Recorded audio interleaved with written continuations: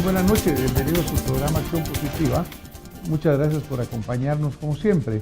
Quiero empezar por darle la bienvenida al doctor Osvaldo Mazariegos, quien ha estado ya con nosotros en otras oportunidades y pues es siempre muy bienvenido acá. Osvaldo, muchas gracias por estar aquí con nosotros. Te agradezco mucho y agradezco mucho a los estimados televidentes y a los radioescuchas, porque creo que el tema que vamos a tratar esta noche es importante y muy extenso también. Gracias, Osvaldo. Siempre que hemos tocado contigo temas han generado mucho interés en nuestro auditorio y hemos tocado temas diferentes. Pero hoy yo quiero leerte algo acá que tiene mucho que ver con lo que está pasando en Guatemala, en el mundo, y lo ejemplifica este párrafo que te leo, y se llama Psicopatología del Poder Político, parte 1.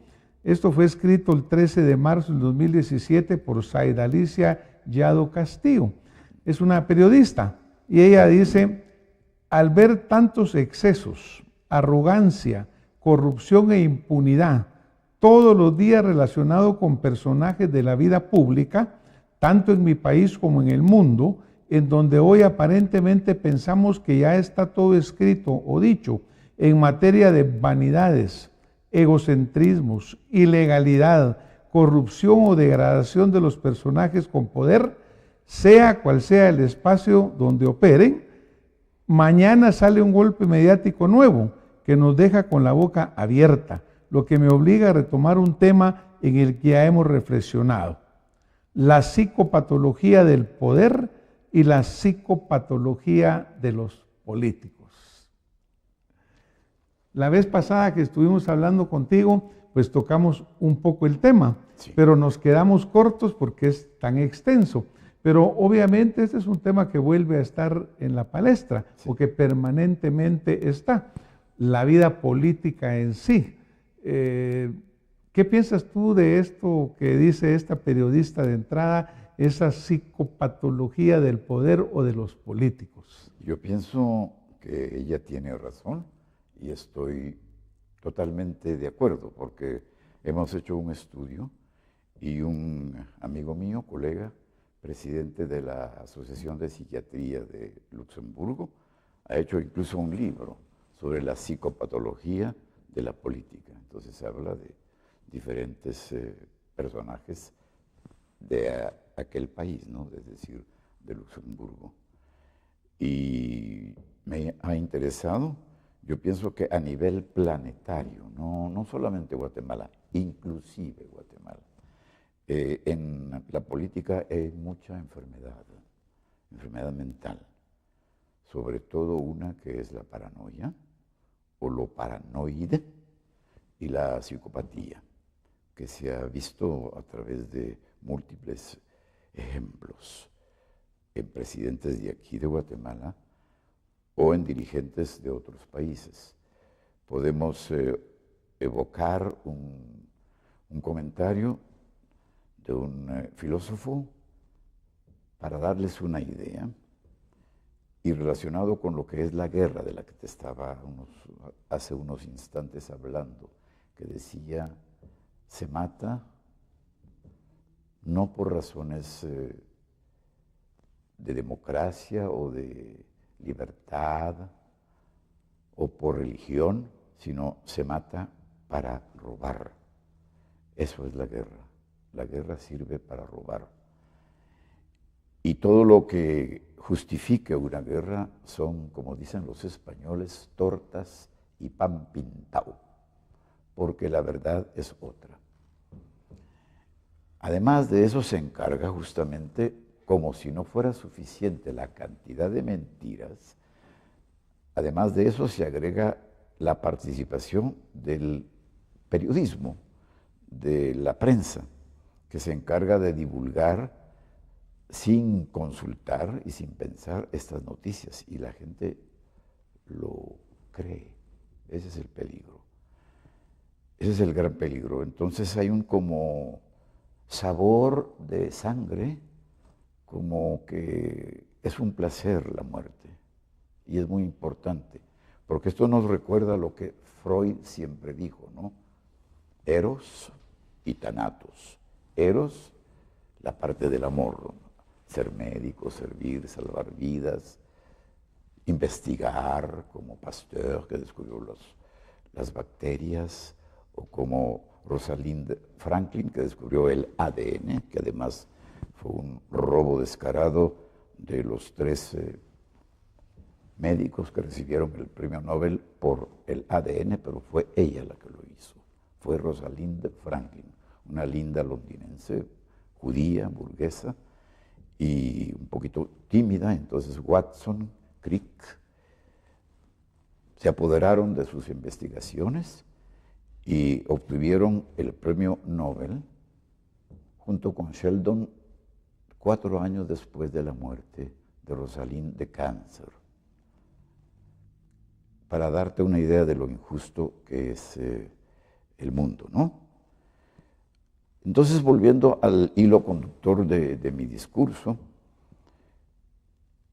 al mismo tiempo que se lanzan esta serie de mentiras y que la gente las cree, recuerdo lo que en el Rey Lear de Shakespeare murió en 1616, decía: los locos conducen a los ciegos.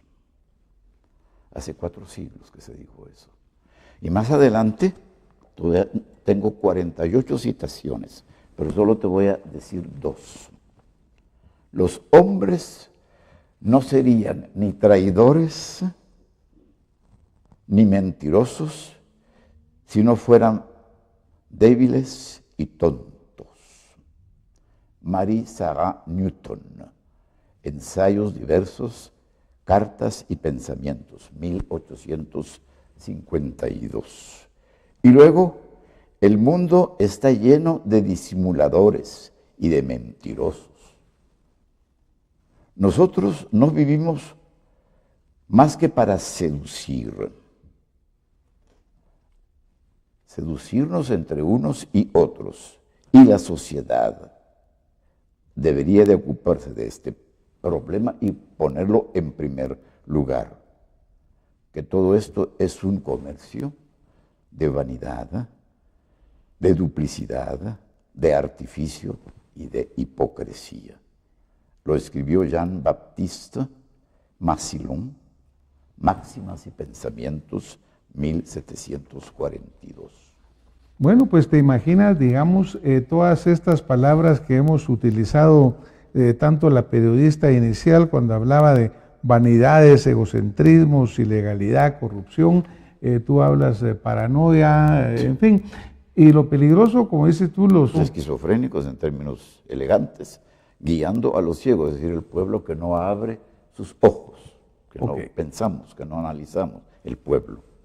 Y obviamente la parte esta de la participación política, porque una de las grandes alergias o una de las grandes rechazos que existen, por ejemplo, en nuestra sociedad actual en Guatemala, es ese rechazo a la participación política, porque dice, mire, no queremos a los políticos, no queremos este sistema.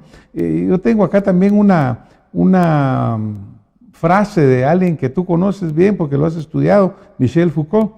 Y Michel Foucault, cuando le preguntan y le dice por qué le interesaba tanto la política, parte de su respuesta dice, ¿por qué no debería interesarme? Es decir, ¿qué ceguera, qué sordera, qué densidad de ideología debería cargar para evitar el interés por lo que probablemente sea el tema más crucial de nuestra existencia? Esto es, la sociedad en la que vivimos, las relaciones económicas dentro de la que funciona y el sistema de poder que define las maneras, lo permitido y lo prohibido de nuestra conducta. ¿Cómo no voy a interesarme en la política? Pero obviamente, desafortunadamente, caemos repetidamente a lo largo en la historia en manos de todos estos esquizofrénicos que en alguna forma u otra terminan guiando a los pueblos por caminos terribles. Sí. Ya hemos hablado de líderes como Hitler, Mussolini, etcétera, que me gustaría que profundizaras un poquito en el papel de gentes como ellos en estas situaciones. Sí, con mucho gusto. Por ejemplo, Hitler es un caso muy ejemplar, porque era un fracasado, quiso ser pintor y fue rechazado por la Academia de Artes de Viena. Luego quiso ser militar de carrera y apenas pudo llegar a cabo. Lo único que tenía era una capacidad oratoria, porque era un excelente orador y además, como tenía cierta capacidad para el arte, recibió cursos de arte dramático y entonces aprendió a hablar y yo diría casi a hipnotizar al público, porque hay muy poca gente que tenga esa capacidad. Aunque una persona no hable alemán, se siente atraído por el estilo que este individuo utilizaba. Y toda la escenografía que montaba alrededor, sí. Las marchas en la noche, las emblemas, las insignias, todo, ¿no? Todo. Para prácticamente hipnotizar a su audiencia. Lo hacía, sí, todo planificado. Él se veía, su fotógrafo estudiaba sus posturas, estudiaba su manera, era casi una actuación teatral. Pero su pasado fue muy duro porque, por un lado, se quedó huérfano y entonces le dieron una pensión de orfelino, el gobierno de donde él venía, porque él no era exactamente alemán. Entonces los austríacos le propiciaron esta ayuda de orfelino, pero se enfermó de varias enfermedades graves, una de ellas una enfermedad cerebral. Entonces se pretende que quizá esto haya provocado alguna lesión cerebral en él. No se puede asegurar porque no se le hizo nunca un examen, pero sufrió de encefalitis, Hitler. Luego tuvo tuberculosis, y luego tuvo difteria, la enfermedad de Waldo, porque era un perrito que se llamaba Waldo, que transmitía o transmitió en esa época la difteria. Entonces era un ente enfermo física y seguramente por todos los traumatismos de su condición de orfelino y sus frustraciones como querer ser militar de carrera y querer ser artista de primera, todo eso le provocó en él una enfermedad que era la paranoia. Eso es un caso muy ejemplar. Y llevó, que es lo peor, a todo un pueblo hacia una guerra, y que corresponde a lo que estamos diciendo, la ambición del poder, porque hay que decirte una cosa muy importante. Cuando se está en el poder, uno desarrolla endorfinas. Yo creo que ya lo dije en una ocasión, el doctor Till Hesburger, un excelente neurólogo de Luxemburgo, dice las endorfinas del poder. Claro. Dan un grado de satisfacción parecido al que se tiene en otras condiciones, cuando uno corre mucho o en el acto sexual, siempre se producen endorfinas. Pero también en el poder se siente uno tan halagado que por eso es muy frecuente que los presidentes traten de hacer un segundo mandato, como ha pasado con Mitterrand y otros. Por eso se dice que el poder corrompe, ¿no? Y que el poder absoluto corrompe aún todavía más. Envenena. El único que no lo ha hecho, un caso extraordinario, es el presidente anterior, el que dio el poder ahora a Macron, que es un caso parecido al de Guatemala, porque no se quiso votar por gente conocida, como Fillon o como Marie Le Pen u otros, sino que se votó por el menos conocido, que es el actual presidente. Pero Holanda también tenía eso, muy incapaz, muy irresponsable. ¿Cómo se te puede a ti ocurrir que un individuo que tiene la clave de la bomba atómica, el secreto, ande en una motoneta buscando a la concubina a las 4 de la madrugada? Es algo inconcebible. Una irresponsabilidad. Totalmente. Ahora una cosa, porque por ejemplo tú mencionabas la parte de Hitler, obviamente Mussolini, pero de repente también hay un poco de histerias colectivas en el sentido de que obviamente pues los seguidores se hipnotizan por ellos, los siguen, pero después también se dice en la teoría que ellos mismos justifican esos, digamos, poderes que ellos tienen para disculparse ellos de haberse vuelto sus seguidores. Porque uno pregunta, bueno, Hitler aparentemente era un loco, tenía todas esas enfermedades, Mussolini, etcétera. Pero los mismos seguidores después los excusan, como quien dice, mire, no fue culpa mía que lo elegí, fue culpa de él que era así. Sí. ¿Cuál es esa histeria colectiva y luego ese lavado de manos colectivo también? Corresponde a lo que dijimos recientemente, que el pueblo no tiene la capacidad de analizar. Es decir, somos, de cierta manera, ignorantes. Bueno, el presidente actual de Estados Unidos, para darte un ejemplo, lo dijo públicamente: yo adoro a los ignorantes, y todos le aplaudieron. Es decir, hay una gran cantidad a nivel mundial, no solo en Guatemala, también en Guatemala, en la que las personas votan sin conocimiento de causa. Y me lo dijo un excelente amigo que es dentista, doctor Liñé, porque yo le decía, pero ¿cómo es posible que hayan tan malos gobernantes en el mundo? Yo le hablaba de Francia y de Holanda, que dicho sea de paso se pagaba siendo calvo casi completamente, un barbero al que le pagaba 100,000 quetzales al mes, con los dineros del pueblo, evidentemente. Y cuando se lo preguntaron los periodistas, en lugar de disculparse, se puso hecho un energúmeno. No le gustó la pregunta. Y así hay casos. Entonces, la falta de conocimiento de la mayoría de la gente permite explicar por qué llegan al poder este tipo de dirigentes. Y él me lo dijo a mí, pero ¿cómo quiere usted que no tengamos ese tipo de políticos si el 80%, él fue muy crudo, el doctor Liñé, si el 80% son oligofrénicos, es decir, retardados? Ese es el peligro. Y es donde uno tiene que hacer conciencia en el pueblo, que piensen bien. Pero cuando, por ejemplo, tú mencionas de que el pueblo pues es muy ignorante, Trump lo señala en una sociedad que se supone que pues tendría un mayor nivel, pues obviamente entonces caemos en que el voto emocional, ¿no? Aquel voto que se vota porque me cayó bien, porque me gustó, porque dijo tal cosa. Y porque pudo hipnotizarme. Y porque me hipnotizó, porque me logró enamorar mi voto, y luego vienen las terribles consecuencias, ¿no? Y luego el pueblo después dice, me lavo las manos porque yo voté por él, pero ya me arrepentí, ¿verdad? Que es el dicho tan famoso, pero igual ya el diluvio ya llegó y ahí está caminando. Otra cosa que tú mencionas ahí, en algún momento cuando hablábamos de los políticos que llegan y de repente se enamoran, este señor que pagaba 10,000 quetzales o 10,000 euros por un peluquero que no tenía en qué trabajar. ¿Por qué será ese enamoramiento con los fondos públicos y que llegan a causar esa tremenda corrupción?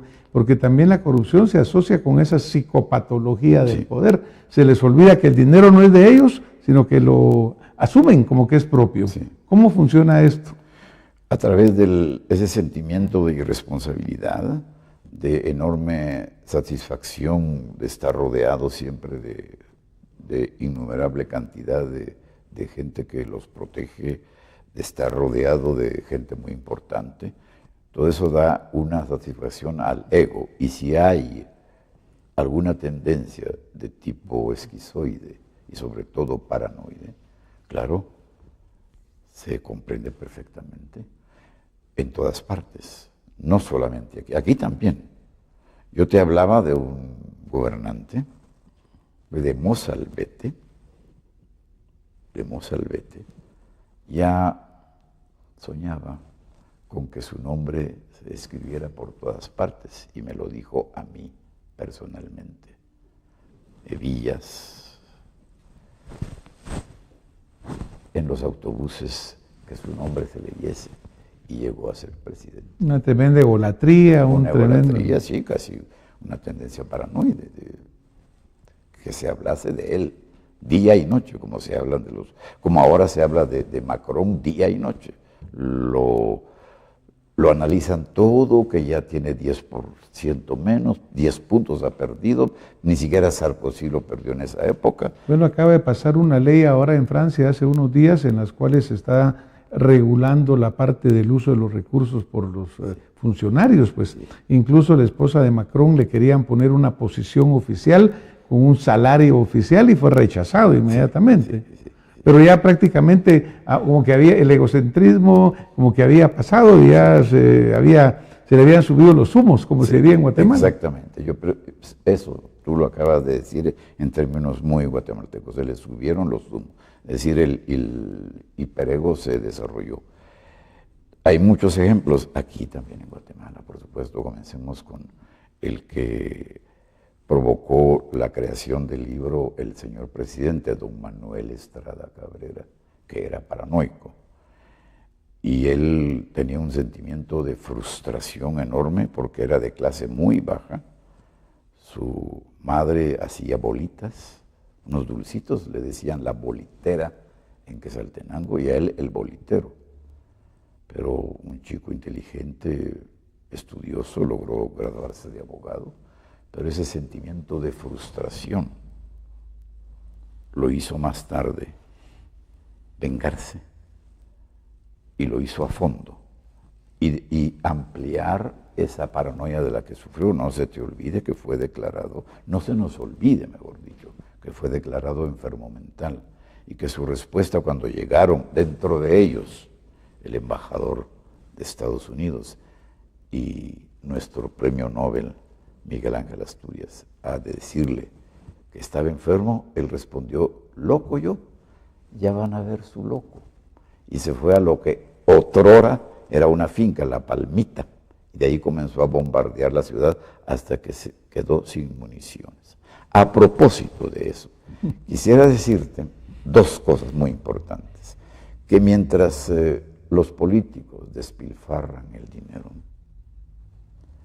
mientras cada minuto, óiganme bien, por favor, cada minuto se gastan 3 millones de euros en construcción armamentista. Es decir, cada 20 segundos 1 millón de euros. En ese minuto mueren 10 niños de hambre, el famoso síndrome de pluricarencia infantil de nuestro profesor Monzón Malice, don Carlos Monzón Malice, que dicho sea de paso, hizo una película preciosa que se llama Ángeles con hambre, que ganó un premio en el Festival de Cannes, premio científico. Entonces, es contradictorio. Eso yo lo llamo esquizofrenógeno, porque por un lado recibes un mensaje de indiferencia ante la muerte de niños y por otro lado se despilfarra, imagínate, 3 millones por minuto. Y eso lo vemos en la sociedad constantemente. Ahora, una pregunta rápida, no vamos a tener que ir terminando esto aquí, desafortunadamente está muy interesante, Osvaldo, pero el tiempo va corriendo. Sí, lástima. Ante todo ese espectáculo, eso que se está dando, una pregunta así al grano, ¿sería recomendable hacer un examen clínico a todos estos candidatos que quieran optar a cargos públicos para reconocer tendencias esquizofrénicas, paranoides? Primero, no sé si es permitido, pero sería bueno. Sería bueno, sería una excelente idea y el sexólogo y que practicaba con Francisco McDonald, nuestro colega que en paz descansa, Felipe Carrera Damas de Venezuela, propuso en su país que a los candidatos se les hiciera un examen sexual, porque decía que muchos traumatismos de la sexualidad provocaban problemas en los políticos. O sea que esta idea ya ha sido planteada otrora y sería una idea excepcional y buena para tener cierto grado de seguridad, porque los políticos son personas proclives, peso mis palabras, a la enfermedad mental, entre otras la paranoia y la psicopatía. Había otro caso aquí, hay un montón, yo tengo un libro, este libro que se llama Los presidentes de Guatemala. de Gaitán. Otro presidente, yo vi a la señorita, a la víctima, digámoslo así, ella muy linda, talante muy hermoso y un físico agradable, atractivo, tenía un instituto de belleza y publicó en la prensa este anuncio y al poco tiempo recibió la visita de los trabajadores o los servidores del presidente, llamándola a palacio, y fue. Y lo que quería él es tener relaciones sexuales con la señorita.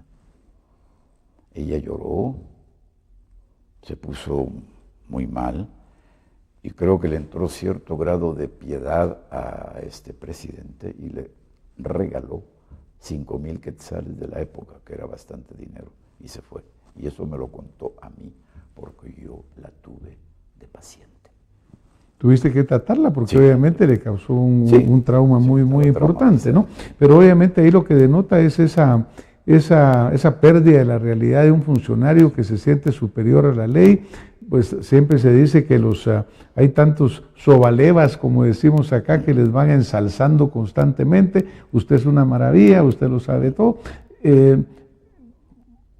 Como hay tantas gentes que miran este programa afortunadamente y alguno que otro funcionario, ¿qué consejo le darías a los funcionarios actualmente en relación con esa no pérdida de la realidad? El consejo que yo me permitiría de sugerir con todo respeto es el de estar conscientes de esto y de tener mucho cuidado, porque sí hay gente que lo ha tomado en cuenta. Por ejemplo, Juan José Arévalo fue un presidente digno que no robó y todavía se le veía después de ser presidente y de haber tenido que salir caminando por las calles sin guardaespaldas y con su melón o su papaya bajo el brazo. Pero él estaba muy consciente, además de la cultura de él, era filósofo, era maestro. Claro, era una persona diferente. Nos tenemos que ir, Osvaldo. Ya el doctor Mazariegos envió ese mensaje. Miren, a los señores políticos entiendan que no son dueños del país, que Abran no los son ojos. dueños de la riqueza, que son dependientes de los ciudadanos y que obviamente tienen que ser ejemplo y tienen que tener una conducta que sea pues algo que nos sintamos orgullosos de ellos. Cuesta, porque les está costando, hacen lo contrario. Osvaldo, hoy nos tenemos que ir. Muy buenas noches a ti por habernos acompañado y a ustedes pues muchas gracias y que estos mensajes del doctor caigan en tierra fecunda para que Guatemala tenga un país en el cual los funcionarios sean respetuosos y en el mundo también. Muy buenas noches. Nos vemos la próxima semana con más acción positiva. Muchas gracias, doctor. Muchas gracias por la invitación.